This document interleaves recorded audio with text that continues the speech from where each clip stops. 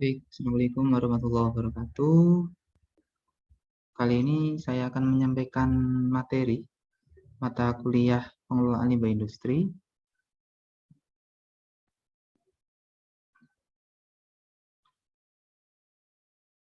Nah, ini untuk silabus atau rencana mata kuliah pengelolaan limbah industri. Nanti diawali hari ini dengan pengantar pengelolaan limbah industri, kemudian dilanjutkan dengan penjelasan mengenai sifat, karakteristik, dan klasifikasi limbah.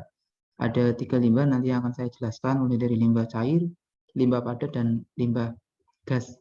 Kemudian yang ketiga, peraturan perundang-undangan terkait dengan pengelolaan limbah. Kemudian pengelolaan limbah cair, pengelolaan limbah padat, pengelolaan limbah gas tadi, kemudian dan gambaran pengelolaan limbah pada beberapa jenis industri.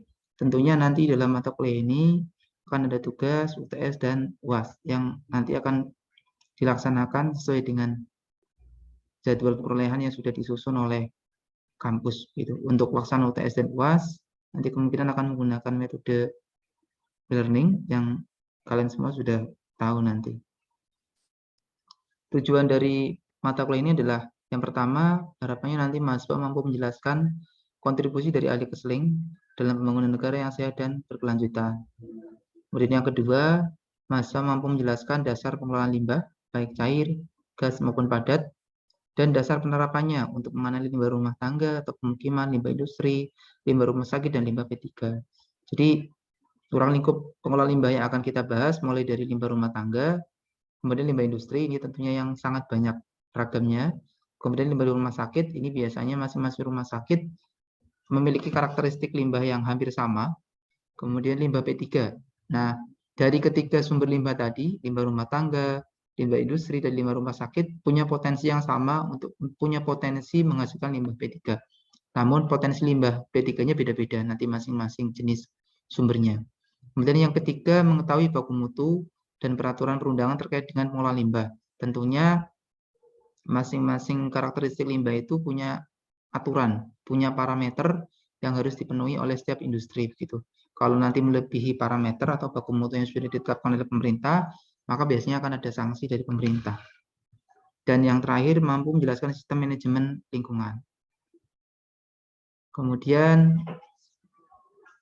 pembangunan industri diarahkan pada penguatan dan pendalaman struktur industri untuk meningkatkan efisiensi dan daya saing industri ini dalam GPHN tahun 1993. Jadi memang dulu di negara kita ada yang namanya GPHN, Garis Besar Haluan Negara. Dalam GPHN itu disusun rencana-rencana strategis yang akan dibuat negara dalam kurun waktu tertentu. Kalau sekarang menyebutnya ada Rengstra atau Pronas ya, proyek nasional gitu, PN atau yang lainnya. Tapi di setiap era pemerintahan itu punya model-model rencana sendiri-sendiri. Kalau zaman Orde Baru itu dengan konsep GPHN, kalau sekarang dengan konsep rencana jangka panjang atau rencana jangka pendek atau program nasional atau program provinsi dan lain sebagainya.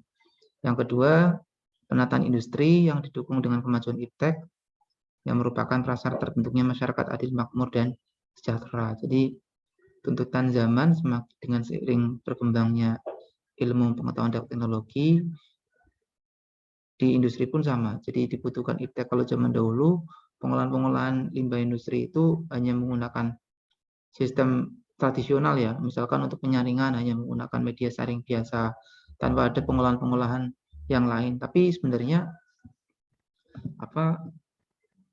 kalau pengolahan zaman dulu itu malah lebih bervariasi daripada yang sekarang. Kalau contohnya misalkan pengolahan limbah rumah sakit, kalau sekarang setelah penyaringan biasanya di rumah sakit langsung akan diberikan disinfektan gitu untuk menghilangkan semua jenis limbahnya.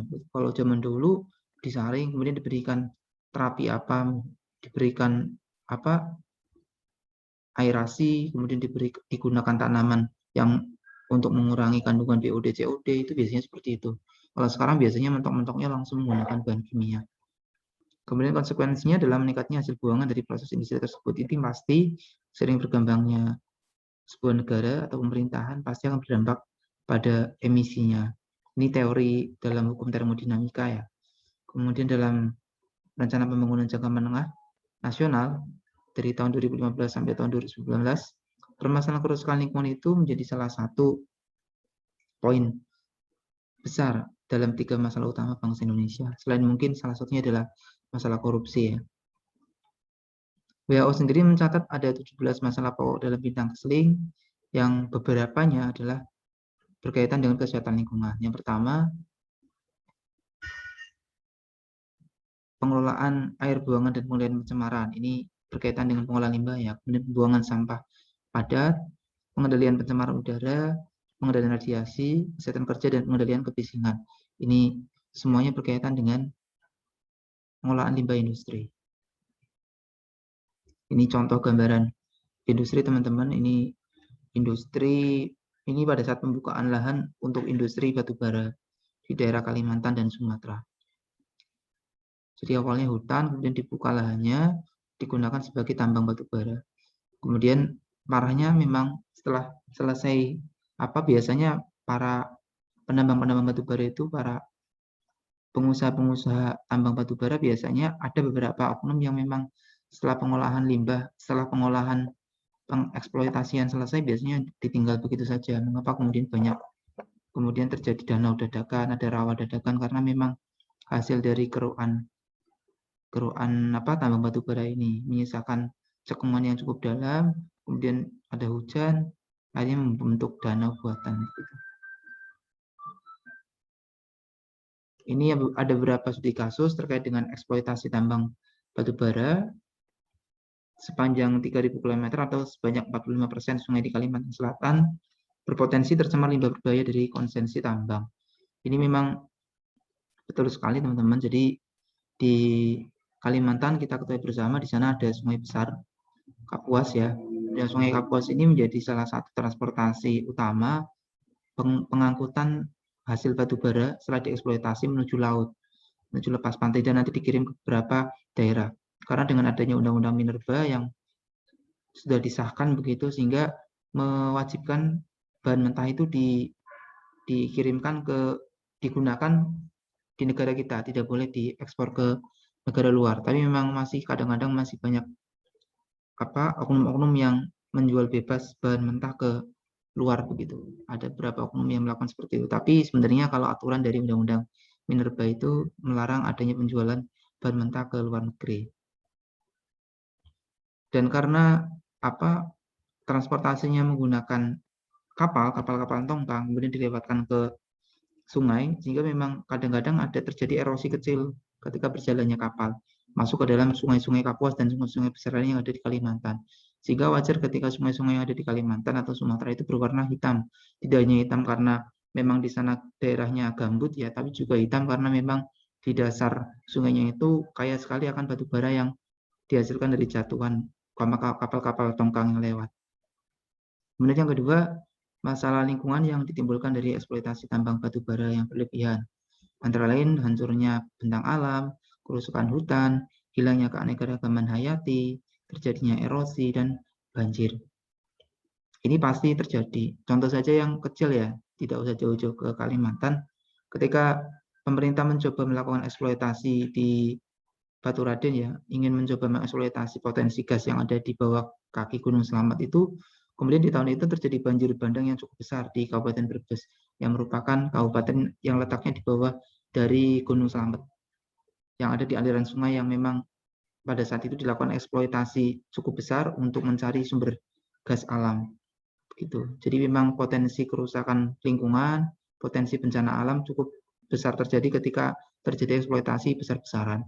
Yang ketiga, dampak bagi masyarakat, kadang-kadang terjadi kematian karena tadi saya ceritakan bahwa lubang-lubang tambang setelah proses eksploitasi selesai biasanya dibiarkan begitu saja. Kemudian perampasan lahan secara paksa, ini kerap kali terjadi apabila lahan itu dimiliki oleh masyarakat tradisional. Hilangnya mata pencarian masyarakat yang dulunya misalkan berkebun begitu, kemudian hilang karena memang dibeli untuk tambang. Konflik sosial ini juga rawan sekali terjadi. Kalau kalian lihat di Pulau Jawa seringkali terjadi hanya karena masalah kecil, apalagi masalah sengketa lahan biasanya sampai terjadi konflik sosial. Kemudian tumbuhnya prostitusi, ini juga biasanya seiring sejalan teman-teman. Ketika ada pembukaan proyek baru, terutama proyek-proyek konstruksi, biasanya dalam kurun waktu 2 atau 3 tahun proyeknya biasanya akan ada tumbuh-tumbuh prostitusi-prostitusi ilegal di sekitar proyek gitu. Dan yang terakhir menurunnya derajat kesehatan masyarakat. Yang kedua, pembangunan pembangkit listrik tenaga uap ya atau PLTU. Di Jawa Tengah sendiri sudah ada berapa PLTU ya? Yang kita tahu ada PLTU Sluke Rembang, PLTU Tanjung Jati Jepara, dan PLTU Cilacap. Yang baru saja dibuat adalah PLTU Batang. Ini yang paling kecil. Semua PLTU biasanya letaknya di pinggir pantai karena memang untuk bongkar muat dari si batu baranya itu. Dan alhasil pasti dalam proses bongkar muatnya ada ceceran-ceceran batu bara yang akan masuk ke pantai sehingga pantainya akhirnya tercemar dan ekosistem estuari ya, terumbu karang yang ada di dalam pantai itu bisa rusak. Mengapa biasanya pada saat proses pembangunan dan penyusunan dokumen AMDAL-nya akan terjadi banyak tentangan dari masyarakat kalau memang sudah tahu potensi kerusakan yang ditimbulkan ketika pendirian PLTU tersebut. Karena memang pasti akan ada batu bara yang jatuh ke bibir pantai yang mengakibatkan ekosistemnya kemudian rusak. Potensi ikan yang biasanya bisa diambil oleh nelayan biasanya akan hilang di kawasan sekitar PLTU. Kemudian hasil penelitian Harvard University mengungkap angka estimasi kematian dini akibat PLTU batubara yang saat ini sudah beroperasi mencapai 6.500 jiwa per tahun di Indonesia. Ini akan terus naik karena memang target dari pemerintah 35.000 megawatt dan kebanyakan dipacu dari produksi PLTU.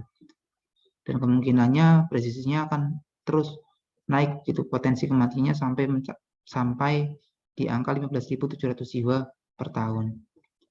Dengan perkiraan jenis penyakit yang muncul, stroke sekitar 2.700, kemudian penyakit jantung iskemik, kanker paru-paru, kemudian paru-paru obstruktif, serta penyakit pernafasan dan kardiovaskuler lainnya.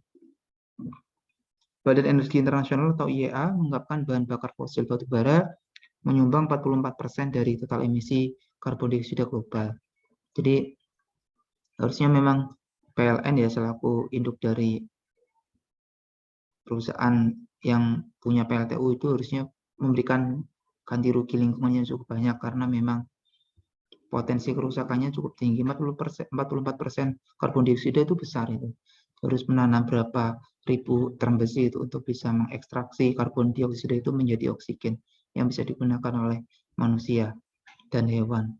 Selain karbon dioksida, partikel dari emisi PLTU ini berupa timbal, merkuri, arsen, kromium, nikel, kadmium, sulfur dioksida, nitrogen dioksida, serta partikel lain. Jadi ada berbagai macam jenis partikel yang dihasilkan dari emisi karbon dioksida, emisi dari PLTU. Nah, ini contoh pembukaan lahan kalau ini. Ini juga terjadi di pulau-pulau di luar Jawa. Mengapa di luar Jawa? Karena di Jawa sudah tidak ada lagi lahan yang bentangannya seluas ini. Nah, banyak lahan yang ada di daerah luar Jawa, Sumatera, Kalimantan sekarang sudah bergerak ke Sulawesi dan Papua, dibuka lahannya, dibuka hutannya, kemudian diganti dengan kelapa sawit. Padahal produksi oksigen yang dihasilkan dari hutan-hutan tropis dibandingkan dengan kebun sawit itu sangat jauh berbeda. Jadi sebenarnya negara Indonesia itu berhutang banyak oksigen kepada dunia begitu, karena memang paru-parunya dirusak sendiri. Padahal nilai jual kelapa sawit tidak sebanding dengan jumlah oksigen yang harusnya bisa dihasilkan oleh hutan-hutan tropis itu. Kan kelapa sawit sekarang menjadi income bagi pemerintah, tapi sebenarnya harganya tidak terlalu tinggi. Jadi kalau menjadikan kelapa sawit sebagai sumber pemasukan negara, saya kira kurang tepat. Lebih tepatnya memang menggunakan potensi sumber daya alam yang lain, baik yang bisa diperbaharui ataupun yang tidak dapat diperbaharui. Karena potensi kerusakannya jauh lebih banyak dibandingkan potensi keuntungan secara benefit begitu. Yang kedua, hilangnya mata pencarian masyarakat. Tadi sama konsepnya dengan yang tambang batu bara. Kemudian yang ketiga, tercemarnya sumber-sumber air masyarakat. Dan yang keempat, hilangnya spesies langka dan endemis Indonesia seperti harimau dan gajah Sumatera. Ini sudah terjadi di wilayah Sumatera, teman-teman. Karena wilayah Sumatera sudah banyak lahannya dibuka sebagai kebun sawit. Nah, ini dampak tak langsung ada pada sisi sosial ekonomi, terjadinya urbanisasi, perubahan perilaku, tingkat kriminalitas naik, kemudian perubahan sosial budaya. Ini nampak sekali di daerah Kalimantan atau Sumatera yang dulu di masa-masa Orde Baru itu ada kegiatan transmigrasi ya. Jadi orang-orang Jawa datang ke Kalimantan atau ke Sumatera diminta untuk membangun daerah sana. Jadi sekarang itu dampaknya apa? Dampaknya masyarakat di daerah sana tuh tumbuh beberapa komunitas-komunitas Jawa. Bahkan ada beberapa desa yang memang namanya nama orang Jawa karena memang hasil dari transmigrasi. Kemudian dampak langsungnya tidak tercapainya homeostasis ekosistem. Teman-teman semua sudah tahu apa itu homeostasis. Homeostasis itu kemampuan ekosistem, kemampuan lingkungan untuk memperbaiki kondisinya sendiri. Selama tingkat pencemarannya tidak terlalu tinggi, tidak terlalu parah, maka lingkungan mampu memperbaiki dirinya sendiri. Tapi kalau sudah terlalu parah, itu pasti tidak dapat melakukan homeostasis sendiri. Nah, kita masuk ke pengertian limbah. Ini berdasarkan Undang-Undang Nomor 32 Tahun 2009. Limbah adalah sisa suatu usaha atau kegiatan. Menurut Kristanto, limbah adalah buangan yang kehadirannya pada suatu saat dan tempat tertentu tidak dikehendaki lingkungan karena tidak memiliki nilai ekonomi. Walaupun sekarang limbah juga punya potensi ekonomi ya. Ini Kristanto tahun 2004. Tapi kita mengacu ke Undang-Undang tentang lingkungan hidup ya, bahwa limbah adalah semua sisa usaha atau kegiatan. Walaupun nantinya punya nilai ekonomis ataupun tidak, kalau sisa kegiatan itu disebut sebagai limbah.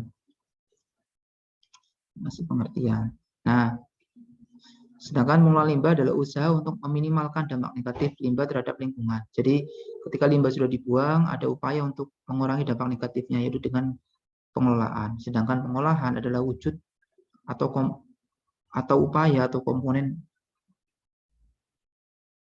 kualitas substansi limbah sebelum dibuang ke lingkungan. Jadi, harus ada upaya pengolahannya. Kalau pengelolaan itu serangkaian kegiatannya dari hulu ke hilir, kalau pengolahan itu metodenya menggunakan apa? Secara umum limbah terdiri dari dua macam, ada limbah domestik, limbah non-domestik. Domestik itu yang berasal dari rumah tangga, non-domestik dari industri dan fasilitas umum ya, atau fasilitas khusus. Berdasarkan jenisnya ada limbah padat, cair, dan gas. Kemudian berdasarkan unsurnya ada B3, organik dan anorganik. B3 berbahaya dan beracun. Nah, limbah B3 ini ada yang sifatnya mudah meledak, mudah terbakar, kemudian reaktif, infeksius, korosif, dan beracun. Limbah organik itu berarti yang bisa diekstraksi ya, anorganik yang tidak dapat diekstraksi atau membutuhkan waktu lama. Bisa, tapi membutuhkan waktu lama. Kemudian karakteristik limbah ada 3, teman-teman. Mulai dari karakteristik fisik, kimiawi, dan biologi. Nanti pada saatnya nanti kita akan masuk ke masing-masing karakteristik limbah berdasarkan jenis industrinya. Karakteristik fisik mulai dari suhu, kemudian ada warna, bau, rasa, kelembaban, ukuran partikel, densitas, dan kekeruhan. Sama seperti pada saat penjelasan mengenai analisis kualitas lingkungan ya. Jadi sama untuk karakteristik fisik itu prinsipnya bisa diamati atau diobservasi menggunakan panca indera. Suhu bisa dirasakan, warna bisa dilihat, bau bisa dicium, rasa bisa dirasakan, kelembaban itu juga bisa dirasakan, ukuran partikel bisa dilihat, densitas itu tingkat kelembaban bisa dilihat dan bisa dirasakan, kekeruhan bisa dilihat, bisa diamati. Jadi ciri khas dari karakteristik fisik adalah bisa diamati menggunakan panca indera. Densitas tadi ya, berat jenis ya, berat per unit volume, satuannya kilogram per meter kubik. Tergantung variasi komponen penyusunnya, limbah. Adanya pembadatan, laju dekomposisi, ini mempengaruhi besar kecilnya densitas limbah. Densitas sangat penting untuk mengetahui total massa dan volume limbah yang harus ditangani. Biasanya kalau ukuran densitas ini sering digunakan pada sampah, teman-teman. Karena sampah biasanya ukurannya volume. Ini tipikalnya, karakteristiknya, masing-masing jenis limbah dan densitasnya. Limbah pangan, densitasnya 288 kg per meter kubik, kertas sekitar 81,7, plastik 64, limbah kebun 104, limbah gelas ya 194 dan logam 320. Kemudian kelembaban ya, kelembaban sudah pernah kita pelajari, alat ukurnya higrometer. Nah, nanti bisa satuannya persen ya, bisa diukur. Yang kedua karakteristik kimiawi ada BOD, COD, TSS, BOD atau biological oxygen demand, chemical oxygen demand, total suspended solid, dissolved oxygen, kemudian potential of hydrogen, logam berat, dan analisis proximat. Mungkin yang agak asing analisis proximat ya, kalau BOD sampai pH itu sudah kita pelajari di mata kuliah dasar kesehatan lingkungan. Nah, ini ada beberapa standarnya. High income ya, kalau di Jepang ini, aturan di Jepang, kalau high income itu rata-rata menghasilkan kadar BOD sekitar 43,9 gram per orang per hari. Middle income 31,7 gram per orang per hari, dan low income 26,8 gram per orang per hari. Nah, tadi analisa proximat adalah suatu metode analisis kimia untuk mengidentifikasi kandungan zat makanan dari suatu bahan. Nah, kalau kandungan secara kualitas makanan biasanya namanya analisis organoleptik. Itu kalau mengenai rasa, kualitas makanan itu organoleptik. Ketika makanan itu sudah menjadi limbah, namanya analisa proximat. Istilah proximat mempunyai pengertian bahwa hasil analisis dari metode ini menunjukkan nilai mendekati. Jadi sebenarnya bukan nilai pasti, tapi nilai mendekati real begitu. Hal ini disebutkan dalam satu fraksi. Hasil analisis masih terdapat zat lain yang berbeda sifatnya dalam jumlah yang sangat sedikit. Analisis ini meliputi 4 uji kehilangan kelembaban ketika dipanaskan pada suhu 105 derajat Celcius selama 1 jam. Yaitu kehilangan bahan volatil, senyawa karbon, dan abu. Karena kalau proses pemanasan kan menghasilkannya ini, bahan volatil, senyawa karbon, dan abu. Ini standar sekali ketika sampah atau limbah dipanaskan. Maka residunya adalah bahan volatil, senyawa karbon, dan abu. Ini bagan atau alur fraksi analisis proximat mulai dari bahan pakan. Kalau dipanaskan menghasilkan air dan bahan kering.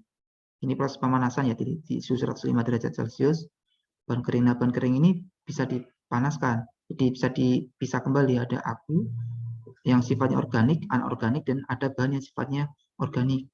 Bahan yang sifatnya organik bisa dipisahkan lagi menjadi protein kasar dan bahan organik tanpa nitrogen. Nah, bahan yang tanpa nitrogen ini bisa dipisahkan lagi menjadi lemak kasar dan karbohidrat. Maka karbohidrat ini bisa dipisahkan lagi menjadi serat kasar dan bahan ekstrak tanpa nitrogen. Nah, semuanya sebenarnya residu yang masih bisa digunakan dalam proses lingkungan. Misalkan protein kasar ini sangat bagus misalkan untuk konsumsi campuran pakan ternak gitu. Lemak kasar ini juga bisa digunakan untuk pakan ternak. Karbohidrat ini juga bisa digunakan untuk pakan ternak campuran gitu. Serat kasar dan yang kandungan nitrogen ini itu sangat baik sekali untuk pupuk dan lain sebagainya itu. Jadi hasil dari fraksi analisis proximat ini masih bisa digunakan untuk untuk tumbuhan gitu. Memperkaya unsur hara yang ada pada tanah dan digunakan untuk proses fotosintesis pada tumbuhan. Kemudian karakteristik biologi ada total plate count atau TPC, kemudian mikroba patogen, E. coli dan coliform, bahan larut air, hemiselulosa, protein, dan lignin atau lemak ya. Ini beberapa peraturan berkaitan dengan pengolahan limbah, mulai dari Permen LH nomor 5. Oh, yang jelas pertama Undang-Undang nomor 34 tahun 2009 ya tentang tentang lingkungan hidup. Kemudian Permen LH nomor 5 tahun 2014 tentang baku mutu air limbah. PP nomor 101 2015 tentang pengolahan limbah bahan berbahaya dan beracun atau B3. Permen LH nomor 3 tahun 2010 tentang baku mutu air limbah bagi kawasan industri.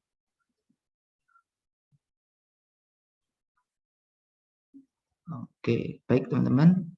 Untuk pengantar pengolahan limbah sampai di sini. Nanti kita lanjutkan pertemuannya minggu depan.